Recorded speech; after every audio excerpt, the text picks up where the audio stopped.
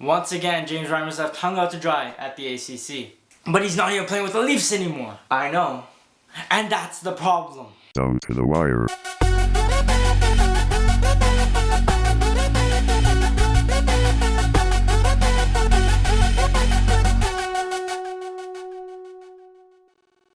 How's it going, guys? This is Down to the Wire. I'm Shawn De Silva.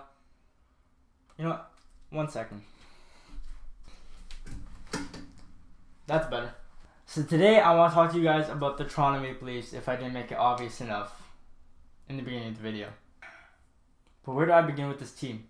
Last night was kind of bittersweet for me.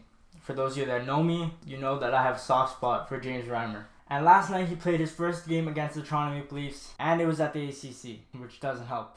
The Leafs won this game 6-1, and while I should be happy as a Leaf fan, and I still am, James Reimer was in it for all 6 goals. And it didn't feel right. But enough about James Reimer. I want to focus on the Toronto Maple Leafs. And for those of you just joining Leaf Nation this season, or maybe last season, well, welcome and sit tight, because you're in for a bumpy ride. So how are the Leafs doing this season? Well, for starters, they're 8-6-3 so far this season, and they're only 1 point out of a playoff spot. But didn't they finish last season? Yes, they did. But this team and this year for the Leafs is different. What do I mean by that? Well, is their 100th season in the NHL, their centennial season, and it's almost kind of like we're turning a new leaf this season as well, where we're putting the past in the past and we're focusing on the future. And the future looks pretty bright, if you ask me. One of the reasons for the Leafs' early success this season is their offense. They're flying high. The rookies are getting it done. Guys like Nylander, Austin Matthews, Connor Brown, and my personal favorite right now, Mitch Marner. Now, if you guys haven't seen Mitch Marner play, you gotta watch him. This kid is on fire. He plays on a line with JVR and Tyler Bozak, 2 experienced veterans. But he's just making it look easy out there. So far this season, he has 7 goals and 9 assists in 18 games played. And if you watched his goal last night, he made James Reimer look absolutely silly out there. Thought he was going forehand, then he went backhand, and then he went forehand again, and it was a thing of beauty. And when I hear this kid's name, when I hear him score a goal, I just instantly think of that one goal call when he scored his first NHL goal against Boston. And for those of you that don't know what I'm talking about, here you go. Oh, Mitch Marner!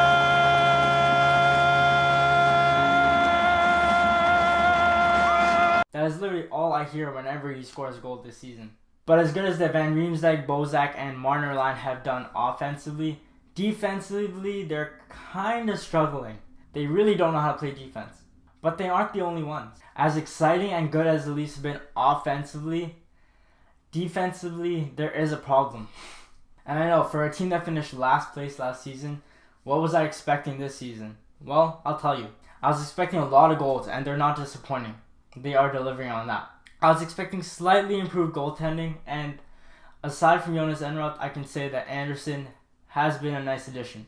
But more on that later. And I was expecting bad defense, but what I wasn't expecting was those bad habits from the years that have gone by to continue every single game. And if you watch the Leafs, you know exactly what I'm talking about. You'll have the puck in the corner, and there will literally be 3 Leafs in that corner trying to get the puck. They will somehow lose that battle. The puck will end up in the slot, and one of the opposition's players, usually a good one, will be wide open in the slot, ready to score a goal. And I was wondering how many times was this going to happen last season, but I calmed myself down because I wanted them to finish last. I wanted them to go out and get Austin Matthews.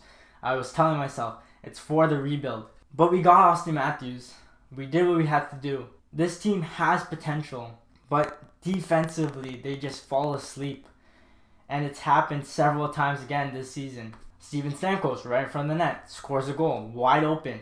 Last night, Aaron Ekblad scores a goal, wide open. 2 games ago against Pittsburgh, several times their star players, Kessel, Crosby, and Malkin, were left wide open.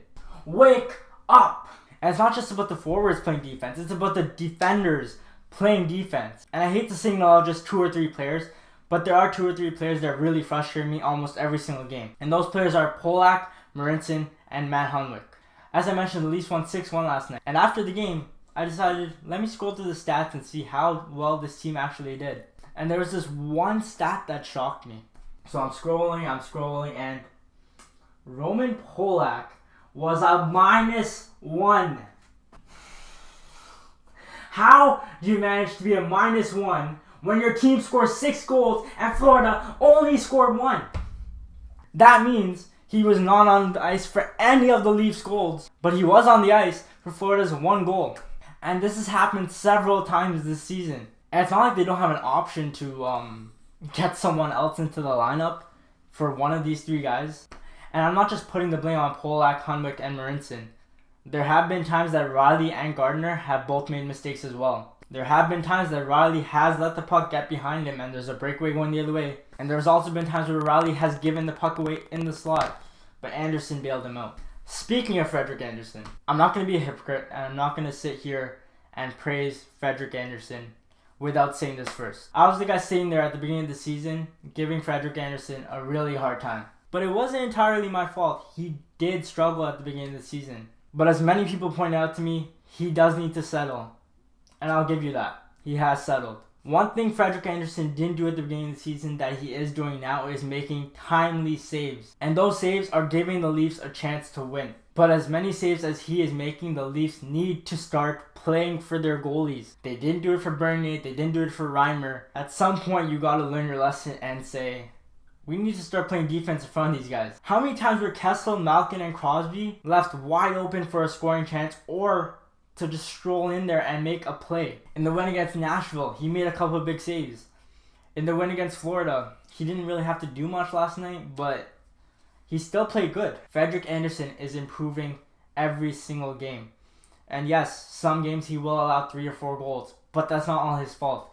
It's defensive errors that are costing the Leafs right now. In fact, if it wasn't for some defensive errors, they could easily have a couple more wins. All I'm saying is, I was wrong about Frederik Andersen, and I will admit it.